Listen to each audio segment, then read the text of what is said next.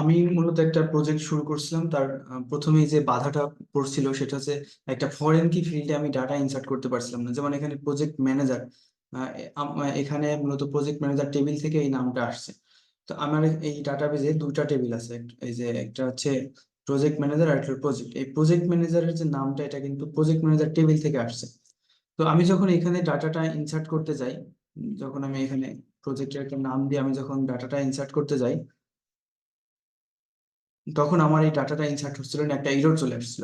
তো এই ইররটা আমি প্রথমে ইনস্পেক্ট করি, নর্মালি ইনস্পেক্ট করে আমি আসলে ইররটা বুঝতে পারি না যে আসলে কি হচ্ছিল। তারপরে আমি এখানে নেটওয়ার্ক ট্যাবে এসে যখন আমি এটাকে আবার রিলোড করলাম, রিলোড করে যখন ইনফরমেশন দিয়ে আমি সাবমিট করি, সাবমিটে ক্লিক করলাম। এবার নেটওয়ার্ক ট্যাবের মধ্যে আমার যে ইরোরটা এখানে দেখা যাচ্ছে, তো এই ইরোরের উপর ক্লিক করলে যেখানে প্রজেক্ট ফোল্ডারের মধ্যে ক্রিয়েট জেএস ফাইলে ইরোরটা আসছে।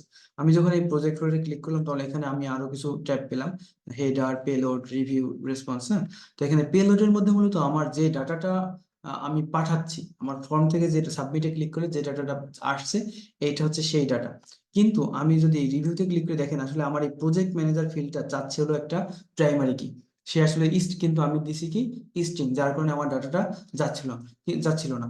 কিন্তু আমি যখন আমার এই রিয়াক্ট করে দেখলাম যে আসলে আমার রিয়াক্ট করে কোনো ভুল নাই, আমি অনেক চেষ্টা করে দেখলাম যে রিয়াক্ট করে কোনো সমস্যা ছিল না, তখন আমি আবার চলে গেলাম আমার এই পাইথন কোডে, এবং এখানে সিরিয়ালাইজার ডট পাই। এখানে আসলে দেখেন আমি আসলে এখানে আইডিটা আসলে পাসই করিনি। আমি যখন সিরিয়ালাইজার তৈরি করছিলাম তখনই আইডি ছাড়াই আমি সিরিয়ালাইজারটা তৈরি করছিলাম, যার কারণে আমার এই ডাটাটা যাচ্ছিল না।